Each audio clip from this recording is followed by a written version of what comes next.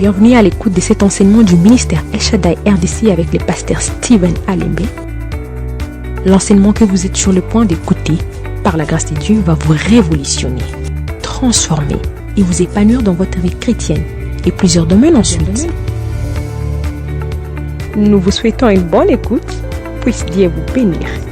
Nous parlons de l'église locale et laisse-moi juste vous ajouter quelque chose sur ce que nous avons appris la semaine et nous continuons. Donc chaque jeudi nous avons culte ici le soir et c'est un culte principalement louange, adoration et parole.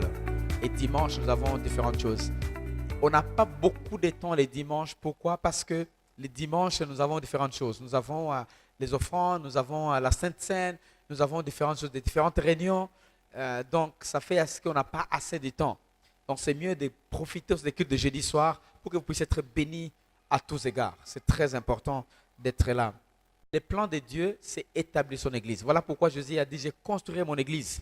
Et les portes des ténèbres ne peuvent jamais aller contre cette église, ne peuvent jamais détruire mon église. Et nous avons commencé à regarder les choses de l'extérieur qui attaquent l'église. Parce que nous avons dit que l'église de Dieu, de Jésus, d'une façon globale, est subdivisée dans petits groupes qu'on appelle les églises locales. Les églises locales sont dirigées par un pasteur ou un apôtre et pour relever les enfants de Dieu, pour nourrir les enfants de Dieu, pour prier pour les enfants de Dieu. Et ce n'est pas parce qu'ils sont techniquement forts ou parce qu'ils sont puissants physiquement, mais parce qu'ils transportent une puissance qu'on appelle onction. Et cette onction, c'est la force qui couvre l'église. C'est la force qui bénit l'église. C'est la force qui fait ce que si tu es sous cette couverture, tu vois ta vie marcher. Tu vois tes choses s'ouvrir. Tu vois la paix. Pendant les moments très difficiles, tu trouves des réponses. Ce n'est pas parce que toi, tu as beaucoup prié, mais il y a une certaine couverture qui est sur toi. Amen. Et moi, j'ai donné le témoignage le matin que moi, j'ai grandi chez les gens comme orphelin. Et à Bukavu, j'étais chez ma tante qui avait son mari qui était bien établi financièrement. Et quand j'ai quitté l'enclos de chez lui, tout le monde pensait que je suis un enfant d'un riche. Mais mon père est décédé depuis très longtemps, à l'âge de 13 ans, il est décédé. Mais les gens voyaient que je suis un enfant d'un riche. Pourquoi? Parce que j'ai quitté la maison d'un riche. Tu vois. Et ça, c'est un exemple pratique, même dans l'église locale. Il y a des églises dans lesquelles tu peux être. Et parce que tu profites de cet entourage, tu profites de cette onction, tu commences à développer et à t'épanouir. Tu trouves que quand tu fais des opérations, ça marche, les finances, ça marche, les relations marchent, ta vie marche, et tu penses que c'est ta force, mais c'est la grâce de Dieu qui est sur cette église là-bas. Ils ont plaqué, il faut faire le bon choix des églises locales. Il y a d'autres églises où tu peux intégrer, tu restes, et tu trouves que ta vie commence à être déchiquetée, déchirée, désespérée. Tu ne sais plus est-ce que tu as un avenir, parce que tu es dans une mauvaise, entre guillemets, église locale. C'est parce qu'il n'y a pas une onction qui te couvre qui fait ça. Je remarquais que ce ne sont pas toutes les églises qui ont des pasteurs appelés. Parce que si le pasteur n'est pas appelé, il n'a pas l'onction. Il peut être un exhortateur, il peut être un bon type qui parle bien, mais qui ne transporte pas l'onction. Parce que c'est l'onction qui fait la différence. Il peut avoir un seul verset, mais il a une puissance qu'on appelle onction. Si le Seigneur t'appelle, il établit des pasteurs. Ces gens-là incarnent une onction. Sous les responsabilités, vous trouvez que votre vie, c'est comme ça trouve des réponses. C'est comme si quelqu'un parle dans ta vie, même sans connaître les détails de ta vie. Quelqu'un a quelque chose, ça ne te manipule pas, mais ça révolutionne ta vie. Ces gens là-bas, ce sont des pères. Ce sont des pères, ce sont des gens qui incarnent une certaine onction, qui incarnent une certaine puissance, qui est ce que les gens du monde appellent charisme. Et Dieu appelle ça onction. C'est une force spirituelle sur la vie de quelqu'un pour faire son mandat. Avec les gens qui seront sous sa responsabilité, ils vont voir des réponses à leur vie. À moins qu'ils ne soient pas obéissants. Parce que ce n'est pas question de fouet, ni de se pousser, mais c'est question d'obéissance. L'obéissance connecte à cette onction là-bas. Il y a un exemple de la Bible que vous connaissez bien. Une femme qui coulait le sang pendant 12 ans. 12 ans, beaucoup de temps. 12 ans. Et Jésus passait. Si c'était simple Jésus, il était en robe et en pierrerie d'ailleurs, pierrerie. C'est ça ce qu'ils avaient là chez eux. Il n'y avait même pas sandales en cuir, mais en pierrerie, vous connaissez. Et c'était ça la vie. Mais cette dame là-bas avait entendu cette voix, avait entendu cette personne de Jésus. Jésus, C'est une personne qui va transformer ma vie. Il va changer ma vie. Si seulement je l'ai touché, en tout cas, ma vie va changer. Alors que Jésus marchait avec les foules, beaucoup de gens qui le suivaient pour le pain, les gens qui le suivaient pour les connexions, les gens qui le suivaient pour différentes choses, les gens qui le suivaient pour succès. Waouh! Nous avons un type qu'on appelle Jésus. Tu sais là, le type Jésus, il marche sur les eaux. Le type Jésus, il est fort, tu sais. Quand il dit les choses, c'est fort. Tu voyais un type. En fait, pour eux, c'était comme le fanatisme. Mais il n'y avait pas vraiment quelque chose qui connectait comme la foi. Et cette dame là-bas, qui faisait couler le sang pendant 12 ans, quand elle a touché Jésus, juste touché le corps de Jésus, sa vie a trouvé la réponse. Je vais insister sur quoi? La foi par obéissance qui touche une onction, il y a des solutions. Et il a demandé, qui m'a touché ici? Et Pierre qui a dit, mais Seigneur, tout le monde te touche. Non, il y a une touchée différente qui n'est pas normale d'une touchée normale. Tout le monde me touche, mais normalement. Mais cette dame m'a touché différemment. Elle m'a touché par son obéissance, par sa foi. Et c'est ça ce qui fait prospérer les gens dans l'église locale. Les gens qui sont obéissants, les gens qui sont là, qui connectent avec l'onction, ils seront toujours différents. Toujours différents. Parce que ce ne sont pas nous. En fait, moi, je peux dire, allez, l'onction, je jette l'onction sur toi. Mais, mensonge. Moi, je n'ai pas la puissance de jeter l'onction sur quelqu'un. Je n'en ai pas. C'est Dieu qui le fait. Maintenant, il le fait comment? Il regarde ton cœur. Comment ça connecte à cette puissance que lui a déposée là-bas. Et quand il fait faire des choses, vous trouvez que vous avez la réponse. Même si le pasteur ne te connaît pas. Ce n'est pas question de connaissances pratiques, on prend du thé au restaurant. D'ailleurs, les gens qui sont plus habitués au pasteur ne reçoivent rien. Parce qu'ils ont l'esprit familier. La plupart des fois, les gens un peu éloignés, les gens un peu qui voient, dans cette personne, il y a quelque chose vraiment, il y a quelque chose. Ils sont déjà souvent qui connectent. Et vous trouvez leur vie aller de gloire en gloire. Et vous trouvez demain, ils deviennent des responsables. Ils font des choses. Et vous trouvez, c'est comme si une personne qui a récupéré cette puissance, c'est une personne qui n'était même pas visible à l'église.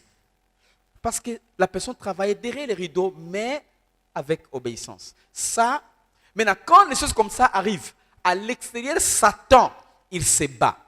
Il ne veut pas voir l'église de Dieu prospérer. Il ne veut pas te voir avancer. Il ne veut pas te voir aller plus loin. Ce qu'il fait maintenant, c'est commencer à te connecter comme par hasard aux gens qui vont critiquer celui qui transporte ça.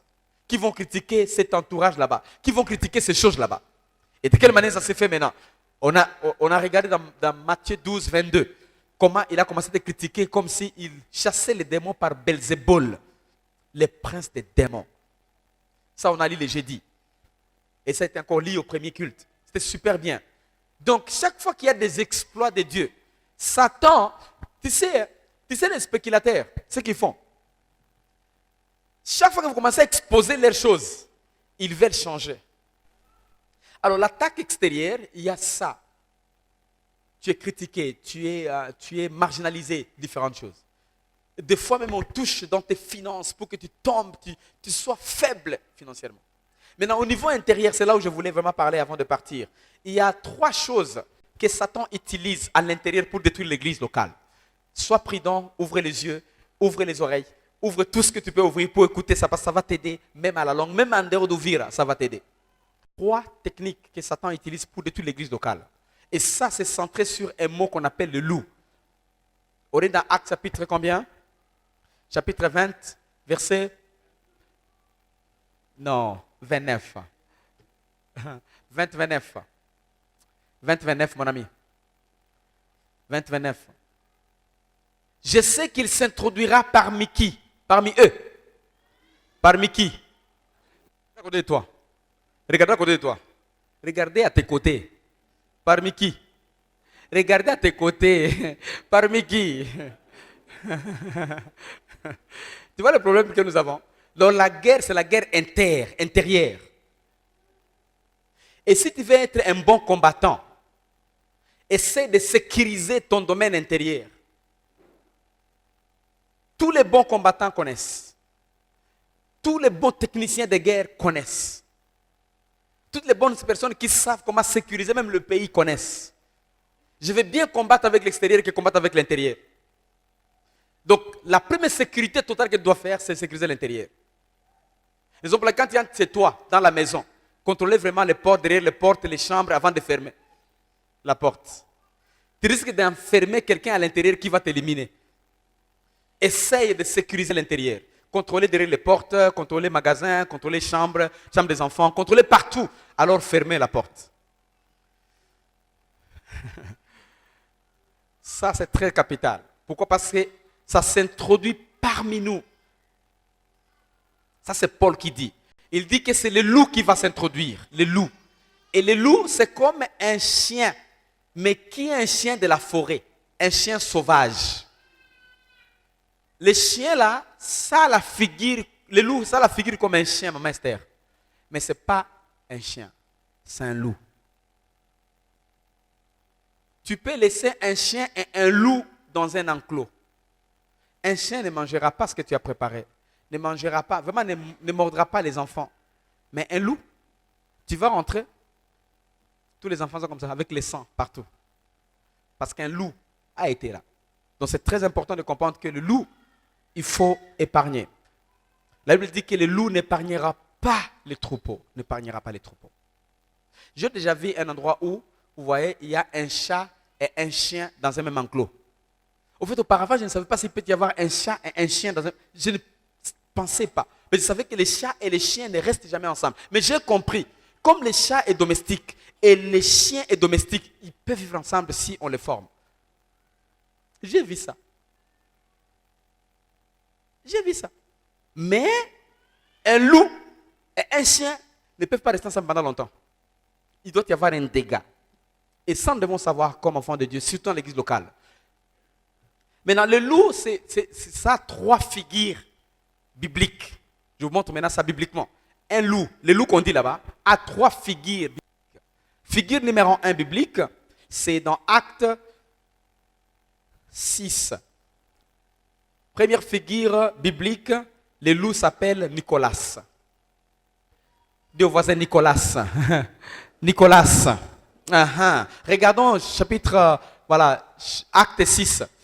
Nicolas, c'était parmi les 7 personnes qui ont été votées, qui ont été élues pour servir Dieu. Et ces 3 personnes avaient de bons témoignages. Regarde un peu. Il y avait un conflit dans l'assemblée et il devait y avoir des choix des bonnes personnes pour aider à table, pour que les apôtres puissent se charger de la parole et de la prière. Verset 2, verset 3, verset 4. Non, verset 3 d'abord.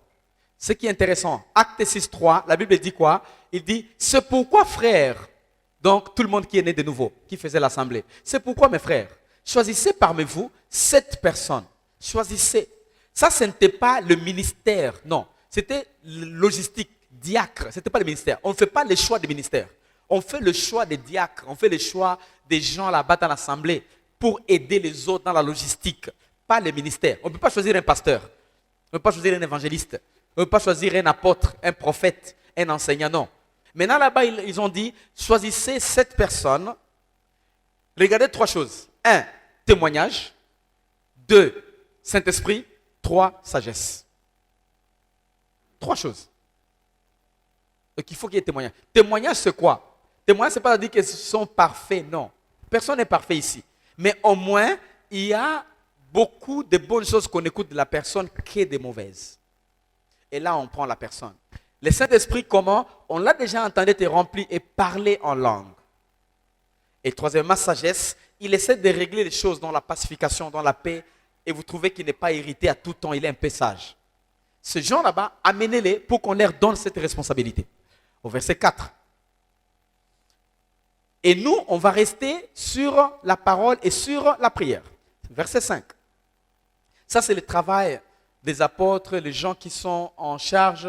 Souvent, on dit, Pasteur, en fait, on peut visiter. Mais il y a différentes personnes qui sont en charge de visiter les gens. Si le pasteur visite tout le monde, si le pasteur il fait les canons de tout le monde, il va manquer le temps de prier et manquer le temps de la parole. Parce qu'en venant ici, on doit apprendre, on va étudier la parole pour partager la parole. Sinon, ça va dégringoler. Vous allez trouver que les standards de la parole commencent à aller de bas en bas. L'attaque à l'intérieur, cette personne a été choisie. On appelle Nicolas, il est là en bas. On a choisi Étienne, on a choisi qui? On a choisi Philippe, qui a mis le réveil à Samarie. On a choisi Procor, on a cité Nicanor, on a cité Timon, Parménas et Nicolas, les prosélytes d'Antioche. Il était choisi par l'assemblée comme étant sage, comme étant rempli de Saint-Esprit, comme étant qui ayant un bon témoignage. Maintenant, regardez ce qui va se passer. Révélation 2, verset 6. Ils vont s'intégrer avec les religions. Tous ceux qui sont venus avec chez eux, tout ça, ils sont venus avec. Et ils ont voulu coller au réveil des apôtres. Les apôtres ont vécu avec Jésus. Ils ont eu un vin nouveau. Ils ont eu une révolution. Tu ne peux pas coller tes affaires, Wana. Non. Maintenant, il est venu, il était bon. Il a voulu coller. Regardez ce qui se passe maintenant. Il s'attache à l'église d'Éphèse, il a voulu coller. Regardez, tu as pourtant ceci, c'est que tu es les œuvres des Nicolaïtes. Donc, les Nicolas ont commencé à mettre les œuvres qu'on appelle les œuvres protestantes, les œuvres des Nicolaïtes, les œuvres religieuses. Il faut que tu sois comme ça, il faut que comme ça. Et ça consomme même une doctrine. Voilà. Donc, les œuvres des Nicolaïtes sont des œuvres religieuses. Surtout au verset 15. Même chapitre, verset 15. La Bible dit que de même, toi aussi, tu as des gens attachés pareillement à la doctrine des Nicolaïtes. Tu commences à voir des gens qui s'élèvent entre vous, qui s'attachent à cette doctrine là-bas. Les gens viennent te dire quoi? C'est ton église, votre église là-bas. Ils n'ont pas d'amitié. En fait, ils n'ont pas d'amour. Ils ne visitent pas. C'est comme si lui t'a visité combien de fois depuis qu'il a été né. Je connais des gens. Vous savez, la plupart des gens se sont connus ici. On peut avoir même tribu, tout ça, mais on ne se connaissait pas là dehors. Mais en arrivant à l'église, on se retrouve, moi et tel, on est de la même tribu. Moi et tel, on est de la même tribu. Et on commence à développer des affinités comme ça. Et des visites commencent à être attachées au... C'est un problème. Et des gens comme ça sont déjà comme ça. Non, tu vois là, ils sont comme s'ils n'ont pas d'amour. Hein. Quel amour?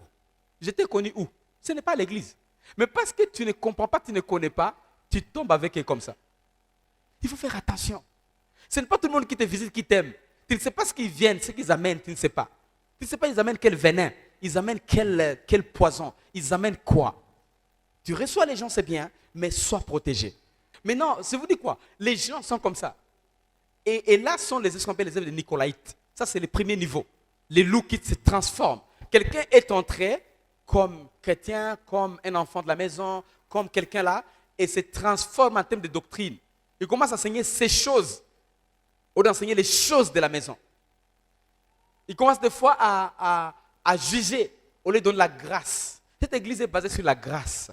Grâce totale, basée sur la nouvelle naissance, basée sur l'amour, le pardon du prochain, pas sur les jugements. C'est parce qu'Alain ne prêche pas le péché. Qui ne connaît pas le péché ici? Lève la main. Tu ne connais pas le péché? Tu ne connais pas le péché? Mais lève la main. Tu ne connais pas le péché? Tu veux que je te dise ce que tu connais?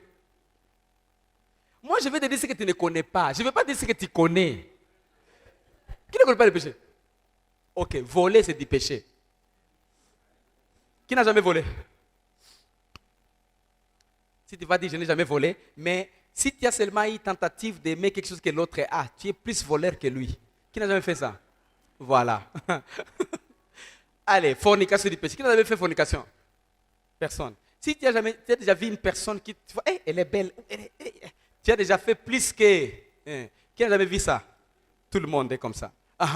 Qui a jamais, tu vois, qui ne connaît pas le péché? Tout le monde est pécheur. Tout le monde. Tout le monde. Et vous trouvez que seulement la grâce de Dieu. Voilà pourquoi nous insistons sur la grâce ici. Parce que seulement la grâce qui peut nous amener de là où nous sommes vers là où nous voulons aller. Amen. Je n'aime pas vous dire les choses que vous connaissez. Vous connaissez déjà. Vous connaissez tout ça. Le cœur de l'homme depuis la chute a été englouti dans le péché. Connaît le péché, vit le péché. Maintenant, il faut parler plus des choses que l'homme ne connaît pas. L'homme a perdu. C'est la sainteté, la joie, la victoire, la délivrance, le salut, l'amour de Dieu. C'est ce qui va t'amener de ces côtés là-bas vers la dimension de Dieu. Parce que ce que tu parles plus, ce que tu regardes plus, ce que tu pointes plus, c'est ce qui t'attire. L'onction, ce n'est pas le bruit. L'onction, ce n'est pas les cris. C'est la puissance qui transforme le vie. Ce n'est pas le bruit. Amen, amen. Ce n'est pas le bruit. Quand tu viens là, tu te transformes. Quand tu viens là, les réponses à tes questions. Quand tu viens là, tu commences à te dire, waouh, je sens la joie. Tu vas être manipulé, tu vas être... Ça fait mal, en fait. Donc, les Nicolaïtes, ils ont créé cette doctrine là-bas. Et ça fait détruire l'église. Et Jésus dit quoi? Je hais parce que tu es aussi. Deuxième catégorie de gens, deuxième groupe de gens. Donc, autre facette de loup, c'est la facette qu'on appelle les Ananias. Dites au voisin, Ananias. Ananias. Aidez-moi à lui dire, ne sois pas Ananias. Ne sois pas Ananias. Les Ananias, c'est acte 5, 1 à 11. Ananias et Saphira sont deux personnes bien connues dans la Bible, sont des images bien connues dans la Bible. Ce sont des gens qui ont été là et qui ont vécu avec les disciples des années. Et parce qu'ils savaient que les gens partageaient tout, le bien de l'un était le bien de l'autre, et il fallait amener des choses. Et personne ne l'avait demandé, personne n'avait dit amener, s'il vous plaît. Personne n'avait dit amener. Mais c'est vrai, ils se sont sentis que non, quand nous on va vendre notre parcelle, on va tout amener. Et ils ont dit aux disciples, on va tout amener. Ils ont pensé qu'ils ont dit aux disciples, alors qu'ils disaient à Dieu. Tu sais, des fois tu dis au pasteur, moi, dès que je fais ça, je vais donner ça. Dès que je vais faire ça. Tu ne dis pas à moi. Je ne te demanderai jamais, parce que tu n'as pas ma dette. On n'a pas acte de vente avec toi. On n'a pas acte d'engagement avec toi. Mais toi, quand tu parles à Dieu. Des fois, je vais donner mes dîmes cette fois-ci. Je vais faire ça cette fois-ci. Tu fais tout ça. Et des fois, le pasteur est là. Et tu dis, j'ai mis dans les paniers. Et comme à l'église Shaddai, on ne fait pas le suivi des gens, on s'en fout. Tu vois. C'est les paniers. Tu as fait un engagement avec Dieu. Et on fait ça pour te piéger. Piéger ton obéissance. Te dire en toi-même que moi, je suis fidèle dans mes dîmes. Alors que tu sais que tu n'es pas fidèle dans les dîmes. Et c'est toi et Dieu. Et c'est ça en fait les tests. Et c'est ça. Ananias a été même chose. Maintenant, Ananias, quand il est parti, il a vendu la parcelle et avec sa femme, ils ont commencé à faire la malignité. Ce qu'on appelle esprit de malignité. Esprit de malignité en fait. Quelqu'un est malin à l'église, malin. Ce sont les gens qui prennent les églises comme des copes. Ça c'est un problème. L'église, il n'y a pas de malignité en fait. Moi-même, Dieu connaît. Moi-même, quand je vois l'argent de l'église comme ça, je dis à Dieu, fais très attention. L'argent de l'église, ce n'est pas l'argent blaguer avec. Blague avec ton argent. Pas blaguer. Parce qu'on peut être pauvre et c'est celui qui va prier pour nous et on le trouvera parce que Jésus va revenir.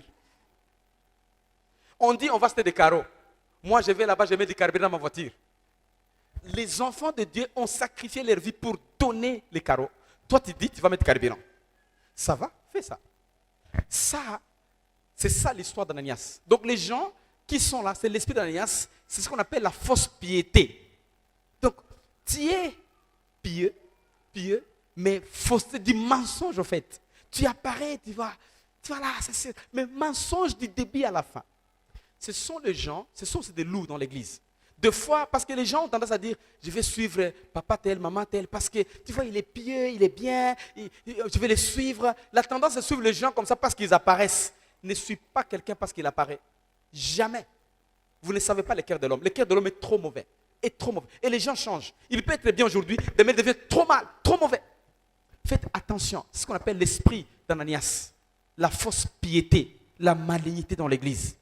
Il commence à te parler, c'est comme si, tu sais maman, toi tu es bien, vraiment tu vois quand tu parles, mais je ne sais pas pourquoi on ne te donne pas place vraiment pour prêcher, je ne sais pas pourquoi, parce que tu as vraiment, je sens aussi l'onction sur toi. Toi tu es pasteur pour sentir l'onction sur les gens.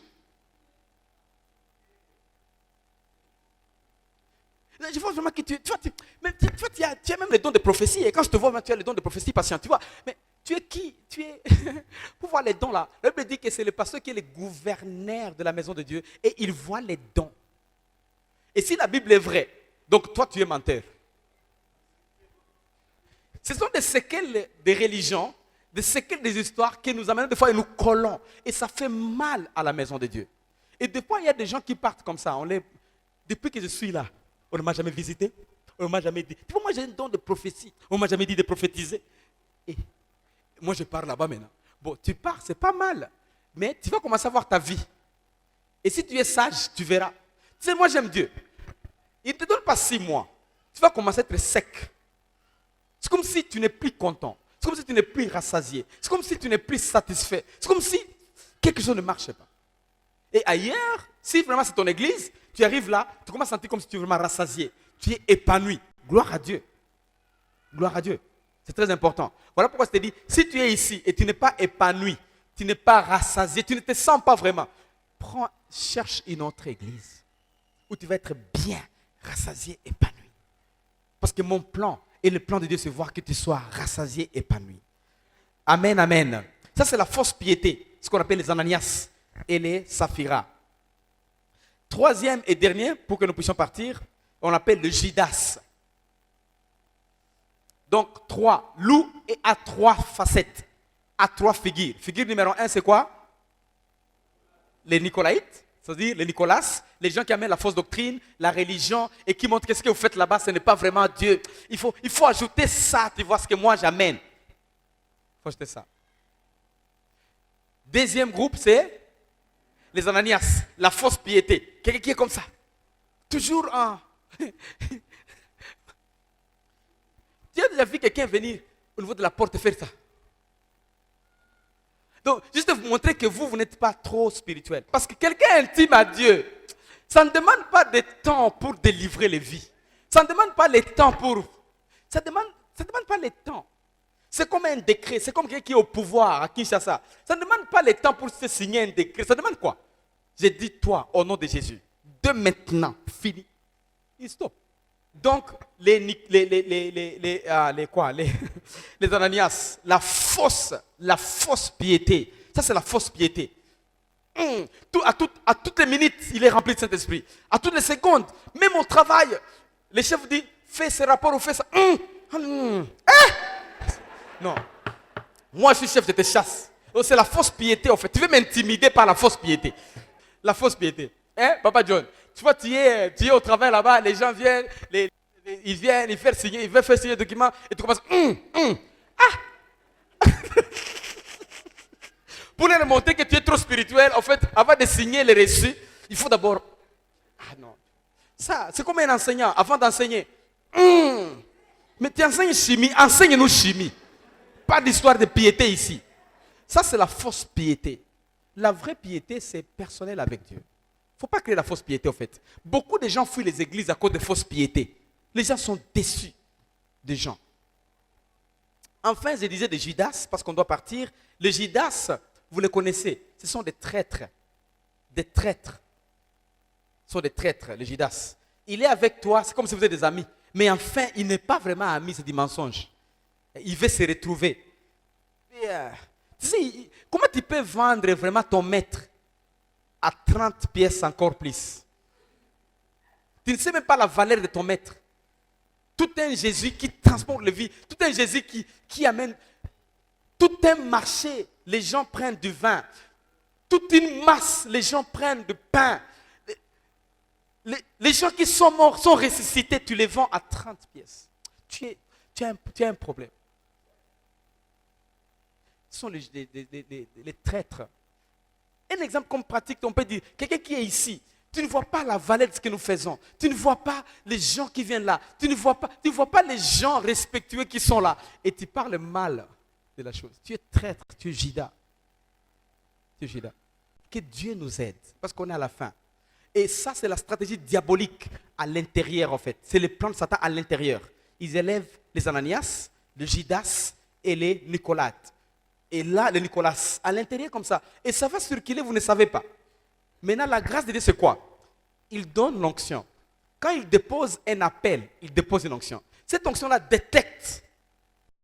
Tu sais pourquoi? Parce que ce n'est pas le malin, ce n'est pas l'école, ce n'est pas l'éducation. Tu ne peux pas étudier ça à l'école. C'est la grâce de Dieu. L'église locale, c'est une bénédiction pour nous tous. Soyons debout pour prier, on va prier ensemble. Amen.